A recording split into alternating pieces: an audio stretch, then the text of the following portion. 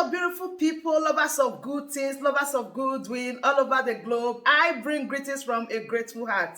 Good morning, good afternoon, and good evening, depending on your time zone. Thank you so dearly for always supporting this platform. I really do appreciate. In case you are hearing our voice for the first time, or you are coming across us for the first time, we still remain your one and only Progress News, giving it to you back to back. Remember, in this platform, we react to all videos, and your opinion is highly needed. So sit back, watch this video, and the Fulanis we are talking, they call them the Funa movement. Our attention has been drawn to a decree credited to one Rotimi Akeredolu, asking Fulani people who have occupied some forests in Ondo State to quit. We are also aware of another incident in Oyo State where an illiterate political talk gave quit notice to Fulani people to leave their territories, which are now their irreversible homes. Are you listening? Fulani are now saying that Yoruba forest is now their irreversible homes. They have now occupied Yoruba land in perpetuity. And I want to let my Yoruba friends understand this. You see, in life, anytime you support evil, evil will come back to haunt you. All of you never knew that IPOB and this Biafra movement was for your liberation.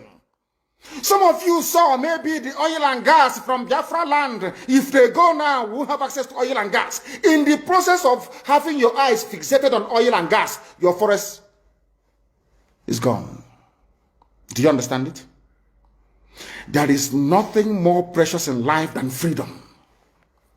Freedom is very important. And I need you to understand this very morning. Every Yoruba person supporting Fulani, you are setting up yourself to become like the Hausa people. Remember when Hausa was supporting Fulani? We are Hausa Fulani, we are Hausa Fulani. Where are the Hausa people today? I ask you. Where are those Hausa people today? Do you see them anymore? They're saying we are Hausa Fulani, we are Hausa Fulani. Do you see them again today? Do you see them? I'm asking you. No, because Fulani have completely overwhelmed them. It's called emasculation. Completely emasculated them. Look at what they're doing in the East. In the East, they come to the East, I will tell you, oh, you want to be the president or vice? Yeah. They say, give us land for Ruga. They give them land. I saw Joseph Okado did that Lord Banta. They have taken it over in forever and ever. Give us land in your state. Hope most of them are proof to us that you are stood. Give us land in Olo. Hope most of them will give them land in Olo. We can go and kill people in Obibo. We can kill for them. How many Fulani governors are prepared to kill bandits? I didn't say normal people. I'm talking about armed, dangerous bandits. How many Fulani governors? Go and read your newspapers, you will see it there. Fulani governors are negotiating with them, giving them arms, giving them vehicles, making sure that their life is no longer a misery. But see, they come down to the south. They tell you, give us land for Ruga. Go and kill your people to prove to us that you're one Nigerian. That was why Obioso was talking rubbish. Was talking, was it yesterday or 2 days ago? Supported by the BBC. The problem you people have in Nigeria is this. Your journalists, you see people, Punch newspaper, Tribune, Vanguard, and Nation, they are your second worst enemies. I'm telling you the truth. They can never, ever be objective in their reportage. Never, ever, ever. That's why all of you are suffering. But you don't know it. They were the same people used to scuttle the NSAS protest. Of course, some of you went about looking for Indomie in warehouses. Typical black people. Any revolution that is coming now, you must stand very firm. They'll say, oh, you're Igbo. Oh, you're Yoruba. Oh, you are from Europe. Don't join them. It's our turn in 2023. If you do this, you will scuttle our chances of becoming the president in 2023. Ask yourself, all of them that have been president from time immemorial, what benefit has it brought to you as a human being? Absolutely nothing. So you have nothing to lose. Absolutely nothing to lose.